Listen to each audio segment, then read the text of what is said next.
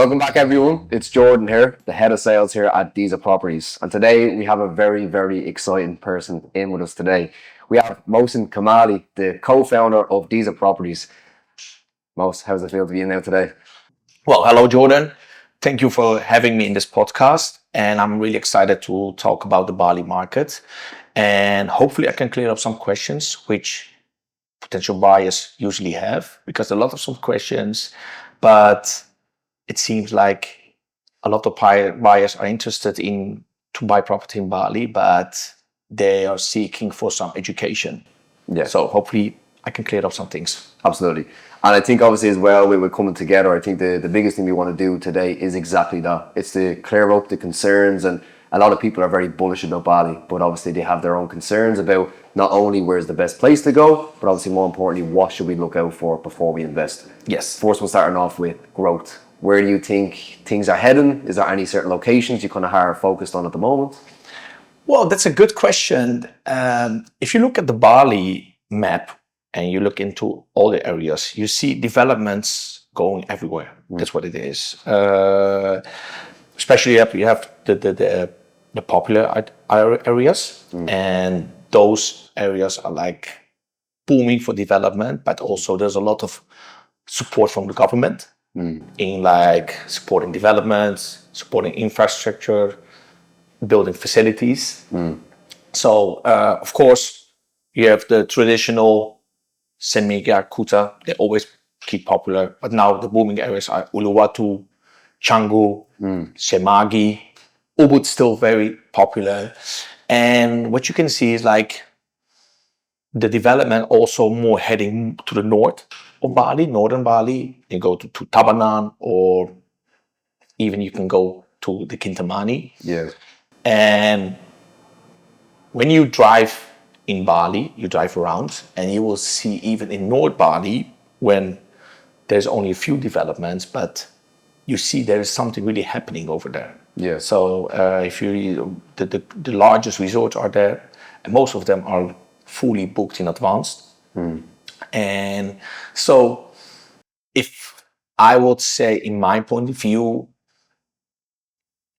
if you take one of those popular areas, I don't think you will make a bad decision. As long as you have educate yourself, you know what you're buying, you have done your homework well, and you have been advised by the right entities or companies, then I'm not sure if you're making bad decisions. No, because Bali is just an island, but it's in its overall, it's booming, it's bullish. That's what it is. And it's also, for a lot of people, they buy something based on emotional decision making. So it also depends whether you like to live or retreat or having a holiday, or even the buyers who are looking for passive income as an investment. They also buy emotionally because the location needs to attract them, the surroundings, the environment. So I think just keep to the popular destination, and those are obvious. So then I'm sure you're not making any mistakes. Absolutely. Okay. And I remember as well that you were informing me about all the new developments that are currently, even in the north, for instance, the government are now looking to try and make it more sustainable in the north for traffic, with actually bringing in the second airport, that's now looking to be located in the north. I remember you informing me about this, and it's clear to see that we have all different directions are actually all starting to have their own different types of hotspots. But the other kind of things I would have is that obviously we have properties that can obviously generate ROIs. You're able to have your passive incomes. You're able to have all these different facilities and infrastructures that do make properties and real estate investing good in general. In regards to the whole point of ROIs and return on investments, can you give us a small brief? I know that you may see some things online where you can get all of these different percentages. Can you give me a small little breakdown just for the audience as well to kind of see the real understanding of these ROIs? Because obviously a lot of people think, are you being too bullish? Is there some sort of realism behind what you're saying? Or is this, just a fad, as some people say? Can I have your honesty about the ROIs in Bali and how they actually work? Well, regarding the ROI numbers, the ROI numbers in Bali are performing above average and above expectations because, as we mentioned before, Bali is booming and a lot of potential buyers are bullish about it. And if you look at the numbers, it's not lying. The statistical numbers, they're not lying because you see the number of tourists every year are growing. You see Booking.com, Yeah, exactly. Because the reason why Bali has also a quite high occupancy rate, because if you look at the whole year of Bali, it's most of the time it's sunny. It's all the time sunny. That's what it is. I read somewhere once that they mentioned statistically Bali has 322 days a year only sun. So it's like it's dry and it's sunny, and the average temperature is between 29 to 34 the whole year. So and so that means that in the whole year tourists are heading to Bali, even the rain season. Like now we are in the rain season as we are, but if you just go anywhere to in Canggu or Seminyak, you will see all the beach clubs. They're full. Yeah, they're full of tourists. There is not one single day which you pass any beach club and you will see they're like half empty. That's my opinion. That's what I see. So, and due to that occupancy rate, you can see that what the developers are projecting about the ROI numbers, you can trust it. You can trust on that. That's what it is. Yeah. But always mention, do also your own research. That's what it is. Look around, see how other properties are doing there to have a verification of those numbers. And what you see is a lot of developers, they're mentioning 3 scenarios about ROI and occupancy. Like you have the pessimistic, that's the lowest season in Bali. Most of them, they mention an occupancy rate about 70%. Then you have the average. That's like the realistic one. That's an occupancy rate for around 80%. And then you have the optimistic scenario, and that's 90%. Yeah. But if you will come in the high season to Bali, let's say for during Christmas till end of January, because then you can see a lot of Australians, but also Asian people coming to Bali, and also European Americans. Or you come in the summers, then you can see like everywhere is full. It's full of tourists. It's full of them. So then you can imagine like, okay, this 90% occupancy rate, it's not a false number. Yeah. Not at all. So, and I think even Bali has one of the highest occupancy rates. I still think it will improve and it will get even higher because you will see Bali is now really happening. And a lot of people from the world, they want to see it as tourists. Yeah. And they love to see it.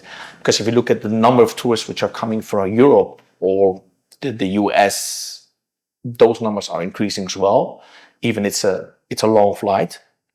So I think if a developer has a track of record and they're mentioning some numbers, you can be sure that those numbers are not just like made up. Those are like real statistical numbers they have from the market, but also from the previous developments. Yeah, absolutely. So, and I think as well, more from an investor standpoint, or some people that might need a bit more of a logical understanding of where is this ROI coming from.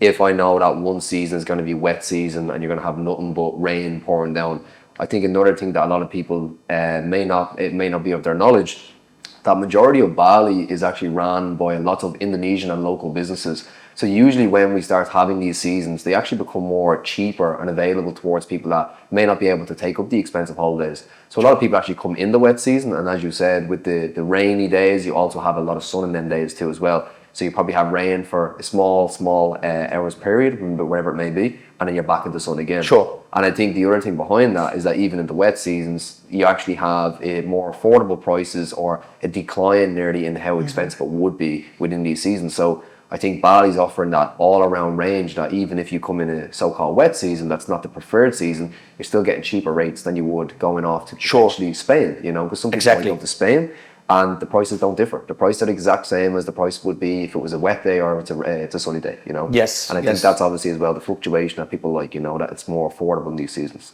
Yes, I agree. And the thing is, like, you know, as we are currently in rain season, you can see that the rain season doesn't mean that like every day, the whole day, it's raining. That's what it is. Yeah. Of course, we're used to it in Europe. You know, we can like have 5 or 10 days behind each other all the time, raining. It's like cloudy. That's not Bali.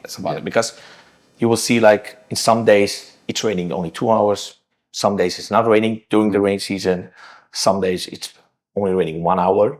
And then after that, like you will see like it all clears up, the sun comes and it looks like nothing happened. So that's why I see like this flow of tourists still coming. They're like, hey, you know what?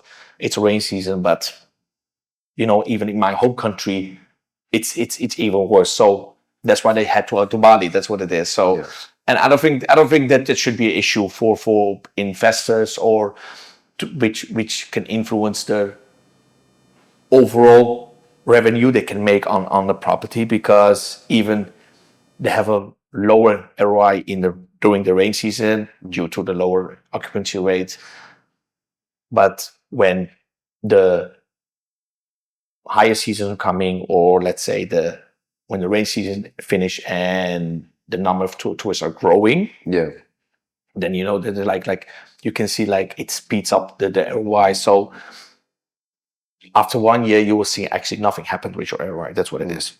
So, and I think also on top of that as well, I think it's more for another point where people are probably thinking like, what has the occupancy rate at the rate that it is? And I think a lot of people don't really take into account that in Southeast Asia, Bali more kind of popularly is kind of in that point of that bilingual country where you actually, although yes, people speak Indonesian, the English is very good in that point. Definitely. If you're definitely going around the areas of Southeast Asia. We've so many entrepreneurs, expats, digital nomads, lots of people that want affordable accommodation.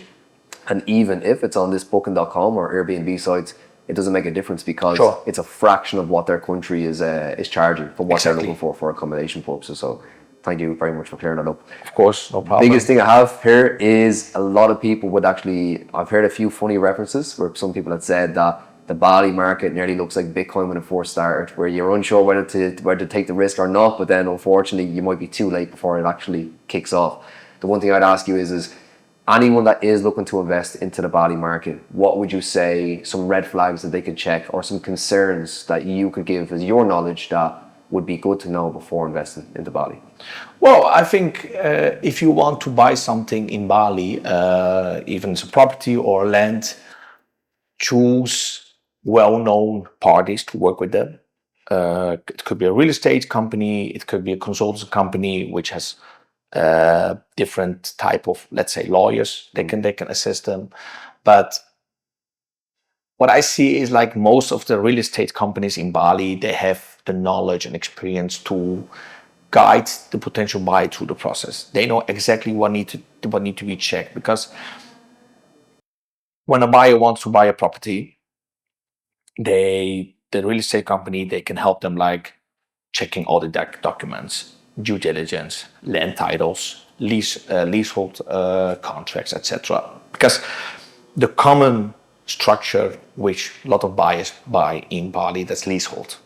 So you're not owning the land, you're leasing the land for certain years. So most of the time it's 25 to 30 years.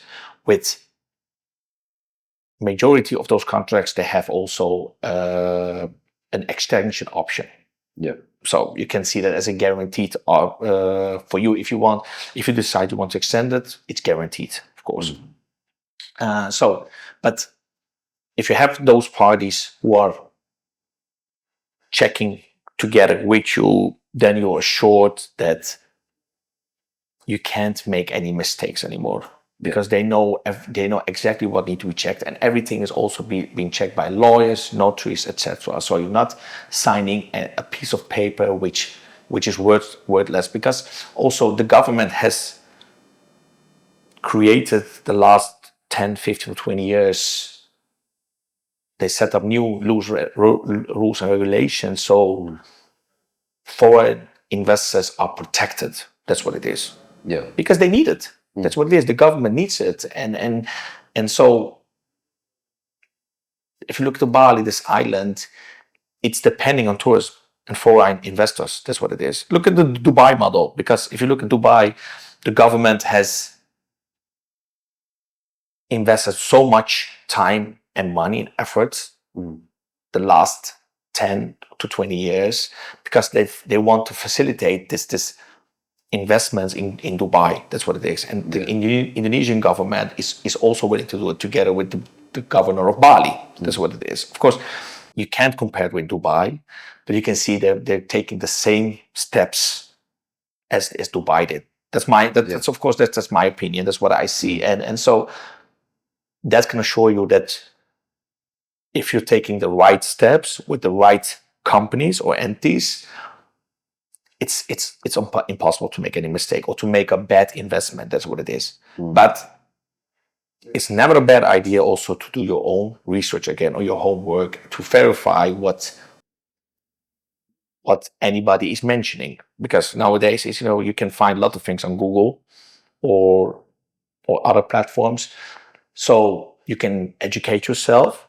It doesn't mean what you can find online is always true, but it needs to make common sense. That's what it is. Absolutely. But like I said, if you're working with a company, real estate company, with a well-known reputation, it has a track of record as well, then you're sure they'll do the very out of the best to support you and guide you to make the best decision.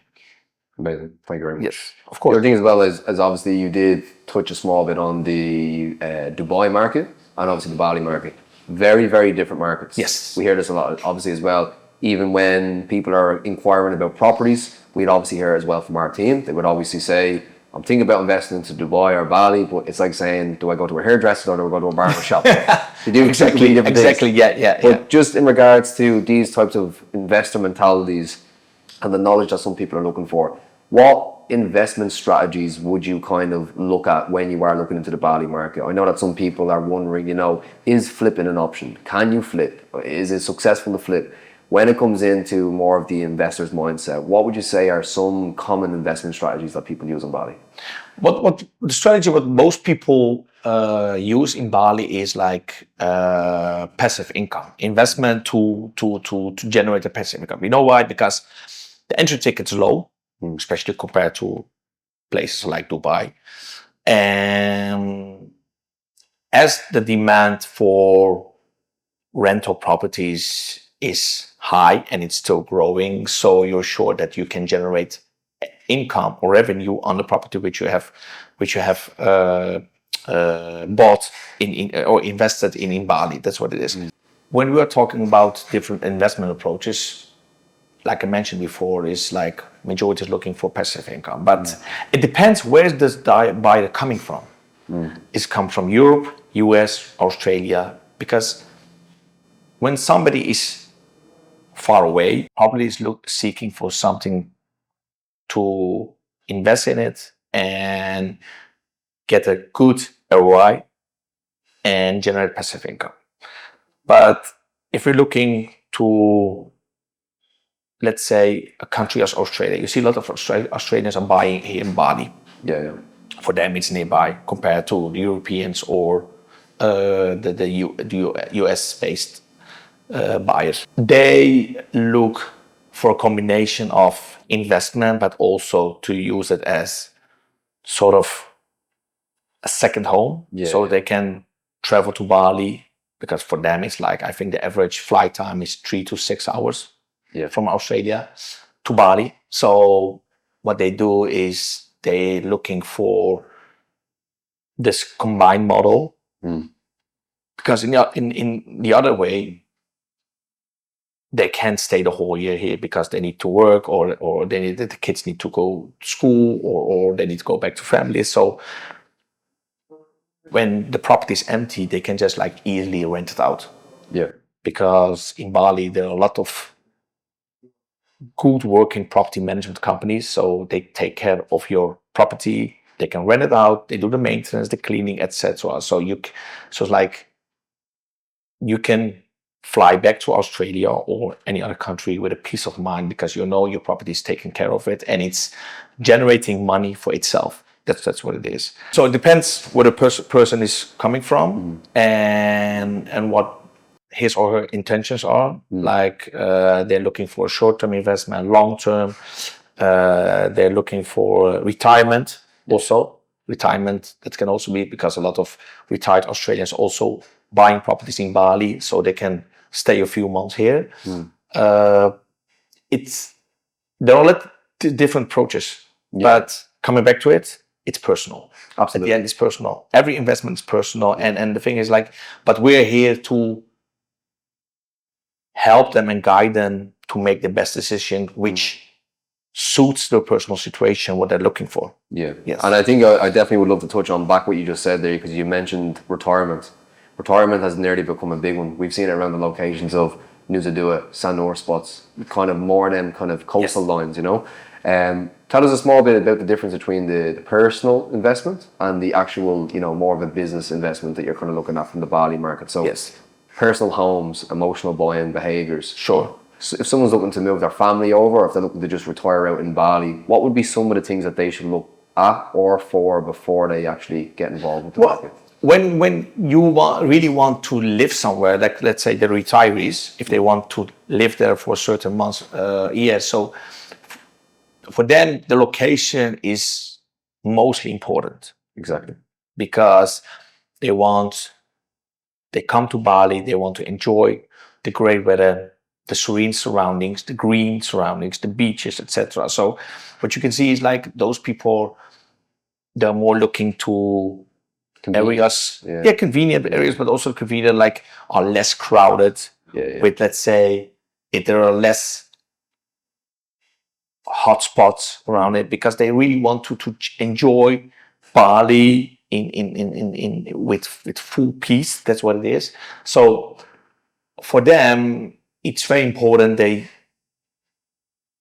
make a decision based on the emotion. So for them, it's also like what we always do is like if somebody's looking for that type of investment, we always invite them to Bali because we tell them like, hey, you know what? Of course, we can share their videos, photos, and we can tell them a lot of things about the environment. But we always invite them to Bali because we want to tell them, we want to have them this feeling like they can see themselves or feel themselves like in the environment, like, okay, do I see myself a couple of months here or half a year? And do I see myself with my family? So, and we always advise them just a few locations because we know what they are looking for. So we want to help them to make the best decision for themselves. Yeah, absolutely.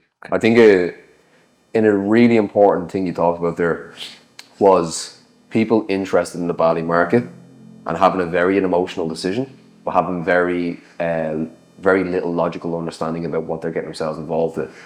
We're taking into consideration families, retirees, and they're actually looking at making that decision. What is, now obviously I know very well what this is, but what is Desa's approach when we do deal with a client that has a very emotional experience and would like to invest into Bali, but they're at a point where they logically don't understand what the best option is, you know, in regards of how we deal with these clients and what approach we actually take with it. Well, the approach is, first of all, we want to know what they're looking for. What do they like? That's most important because they buy emotionally. So what we try, we together with them, we can explore the needs. That's what it is. Yeah. What are they looking for? You know, so, and then when we have a clear overview of what their needs is and what their emotion and what can create value for them, then after that, we collect some areas which could meet the needs and also some properties, and then we post them those properties and see which will fit them needs the best. The best it is, yeah. And then and also we in the same time we try to educate them also about it. It's also important because people also need some education, because the thing is, like, in almost every investor we also see some sort of fears, because especially when they're like the first time invested in Bali, so we try to educate them in the same time, so they know, like, okay, they're investing with confidence. That's also important. So after they have chosen a location, continue with the process about, okay, we reach out to the developer and then ask for the documentation, etc., to start the buying process. Yeah, that's what it is. So did I answer the question, do you think? I think so, yeah. I think that's exactly what it is. Because I think obviously as well, whenever we have clients and every time that we are working with a client, we always need to separate the difference between the needs and the wants. Yes. Where the wants may not be within the budget that they're currently giving us, or may not be convenient for them, especially if someone is in retirement stages. Yes. And they're looking to say, oh, I think I want an ocean beach side. But all of a sudden the property is 100 meters above ground, So these types of things, obviously we take them into factor, and then that's exactly kind of the exact type of thing I had expressed to you, because I knew that the approach is the same way that we take the approach with everything. Yeah, exactly. That's a good one. There's a difference between what is needed and what is wanted. And that's why I said, what I mentioned is, like, we want to educate them at the same time, because when we educate them with the Bali market, they understand, okay, you know what? They think they need a big villa, a huge villa, where they can come here with 2 persons at the same time, but they find out, okay, but the villa which I'm looking for, it doesn't meet my budget. Yeah. So that's what it is. Yeah. Because most of the time, of course, it's higher. Yeah. So this is what it is. And that's the education we also tell them, like, because we want to tell them more about the Bali market. Yeah. And the Bali market has also changed because perceivement some let's say some buyers have, they think, like, hey, you know what, I can easily buy a villa in Bali for less than 100K. Yeah. Well, it could. Some buyers are looking for really cheap properties, so they think, okay, you know what, I can buy a villa in Bali for maybe less than 100K US dollars. Well, it could, depends where. Yeah, really. Well, it's really hard to find it in the well-known developed areas, and which are supplying a lot of infrastructure developments and like are kind of the hotspots of Bali. But when you have done your research and you're educated, you find out, like, okay, the villa which I thought I can have, it's not going to work. Yeah. So this is what it is. Because so that's what I mean with education is we also need to learn people how the real market of Bali looks like. That's what it is. Like, also coming back to Dubai, because everybody thinks now Dubai is too expensive, and it is, especially it is, and it become expensive than ever. That's what it is. But of course, there are some other parts of around Dubai, outside of Dubai, you can find cheaper properties, but most of the time they don't meet your needs or what you want with those properties. So that's what it is. So and for Bali is the same, is when you have learned about the market, then you can also make a better decision about what you need and what you want and what you can get. So that's why it's very important that we guide them, we learn them about the Bali market, because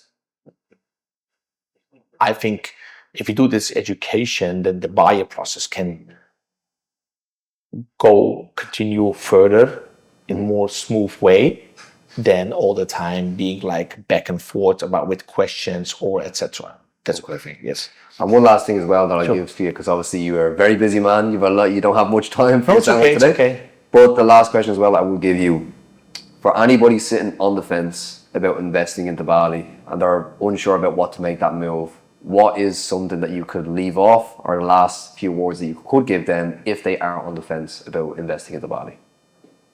What I would say to the potential buyers who are willing to invest in Bali, but they're kind of anxious or like are on the fence, or what you mentioned, is choose the right party. Hopefully it's going to be us. Hopefully. Yeah. So. So, and I would say do your own research. Yeah. Educate yourself. Verify all the information what you get from any party you're working.